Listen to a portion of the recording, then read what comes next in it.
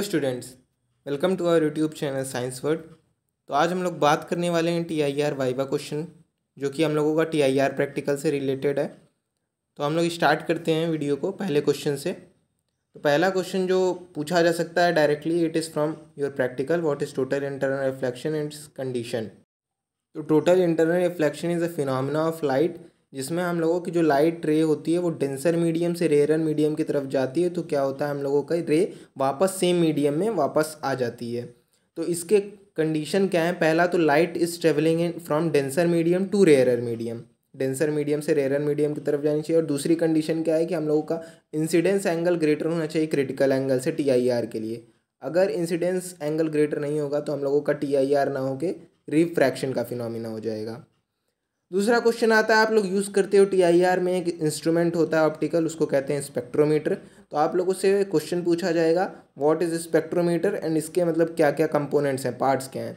तो स्पेक्ट्रोमीटर एक हम लोगों का ऑप्टिकल डिवाइस है जो कि यूज़ किया जाता है studying for spectra of different light sources. इससे आप लोग various physical property of light भी बता सकते हो, like wavelength, frequency, energy etcetera. ठीक।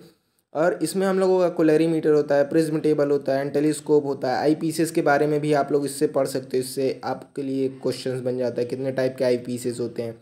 कोलरीमीटर क्या होता है, कोलरीमीटर जो हम लोगों का हेल्प करता है लाइट को हम लोगों को पैरेलल रेज में कन्वर्ट करता है और लाइट को डाइवर्ट होने से बचाता है, ताकि हम लोगों की जो स्लिट है वो अच्छे से बन सके और हम लोगों को दिख सके।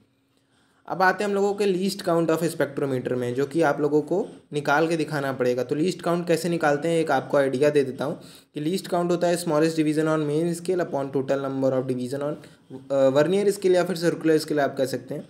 तो जो पहली रीडिंग स्मॉलेस्ट स्केल मतलब जो मेन स्केल पे रहेगी, तो उसकी स्मॉलेस्ट स्केल के डिवीज़न से आप निकाल सकते हैं। टोटल नंबर ऑफ डिवीज़न से डिवाइड कर देंगे तो 30 मिनट आ रहा है मान लेते हैं। तो वर्नियर स्केल में अगर टोटल डिवीजन 60 है तो आप लोगों का जो लीस्ट काउंट ऑफ स्पेक्ट्रोमीटर होगा वो होगा 30 second. So the least count of spectrometer can vary from instrument to instrument, मतलब दूसरा इंस्ट्रूमेंट हो तो शायद लीस्ट काउंट दूसरा हो। तो आप देख लीजिएगा, मैंने आपको एक रफली आइडिया बताया कि कैसे आप निकाल सकते हैं। What is wavelength of sodium lamp, sodium light जो आप लोग यूज़ करेंगे, जिससे आप लोगों का लाइट जो सोर्स होता है वो आप लोगों का सोडियम लैम्प होता है, उसके बारे में भी जान लीजिए। इसकी वेवलेंथ होती है 5890 एंगस्ट्रॉम एंड 5896 एंगस्ट्रॉम। इसको हम लोग यूज़ क्यों करते हैं, क्योंकि ये मोनोक्रोमैटिक लाइट सोर्स होता है। मोनोक्रोमैटिक क्या होता है, मोनोक्रोमैटिक मतलब हम लोगों का जो वेवलेंथ ऑफ लाइट कितना हम लोगों का single wavelength of light emit कर रहा है।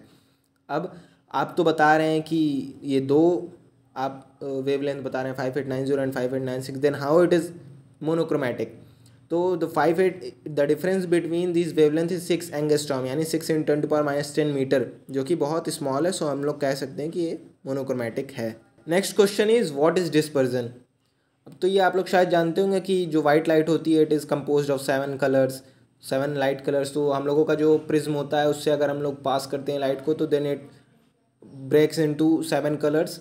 तो हम लोग को यही फिनोमिना हम लोग डिस्पर्जन कहते हैं। बट हाउ विल यू से इट, तो आप लोग अब जो बताएंगे डेफिनेशन वो कुछ इस तरीके से होगा कि जो रिफ्रैक्टिव इंडेक्स के साथ जब हम लोगों की वेवलेंथ ऑफ लाइट वेरी करती है, इस फिनोमिना को हम लोग डिस्पर्जन कहते हैं। एंड टाइप्स ऑफ डिस्पर्जन जो होते हैं दो टाइप के होते हैं, एक नॉर्मल डिस्पर्जन होता है, एक एनोमलस डिस्पर्जन होता है। नॉर्मल डिस्पर्जन में क्या होता है, हम लोगों की जब रिफ्रैक्टिव इंडेक्स घटता है तो वेवलेंथ बढ़ता है, लेकिन वहीं एनोमलस डिस्पर्जन में हम लोगों का रिफ्रैक्टिव इंडेक्स बढ़ा तो वेवलेंथ भी बढ़ जाएगी। ठीक। तो ये हम लोगों का डिस्पर्जन के बारे में हो गया। एंड जो आखिरी क्वेश्चन जो इंपॉर्टेंट है पूछा जा सकता है इसमें है कि define refractive index. Refractive index में क्या हम लोग बताएंगे कि it is the ratio of speed of light to that in medium, मतलब स्पीड ऑफ लाइट कितनी वैक्यूम में है, वैक्यूम से ही हम लोग मानते हैं तो एयर भी ले सकते हैं, और उस मीडियम में स्पीड ऑफ लाइट क्या है, इसी का रेशियो जब हम लोग निकालते हैं तो हम लोगों का रिफ्रैक्टिव इंडेक्स की वैल्यू आती है। इससे ज़्यादा क्या क्वेश्चन पूछा जा सकता है कि आपको एक्सपेरिमेंट में रिफ्रैक्टिव इंडेक्स ऑफ ग्लास और रिफ्रैक्टिव इंडेक्स ऑफ वाटर निकालना है, एंगल ऑफ प्रिज्म निकालना है। तो रिफ्रैक्टिव इंडेक्स ऑफ वाटर कितना होता है, रिफ्रैक्टिव इंडेक्स ऑफ ग्लास कितना होता है, आप लोगों को पता होना चाहिए। जैसे कि रिफ्रैक्टिव इंडेक्स ऑफ वाटर होता है 1.33, रिफ्रैक्टिव इंडेक्स ऑफ ग्लास कितना होता है 1.5।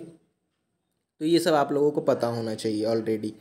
जब आप लोग एंगल ऑफ प्रिज्म निकालते हैं वो कैसे निकालते हैं, फार्मूला यूज्ड क्या होता है, आपके फार्मूला यूज्ड पता होना चाहिए, आप लोगों को फार्मूले पते होने चाहिए। और आखिरी चीज़ शूस्टर मेथड जो आप लोग यूज़ करते हैं वो किस लिए यूज़ करते हैं, क्यों यूज़ करते हैं, तो इस वीडियो में बस इतना ही। होप आपको वीडियो पसंद आई हो। अगर वीडियो अच्छी लगी हो तो लाइक कीजिएगा, अपने दोस्तों के साथ शेयर कीजिएगा और चैनल को एक सब्सक्राइब कर लीजिएगा ताकि हमारे आने वाली वीडियोज़ आपको मिलती रहे।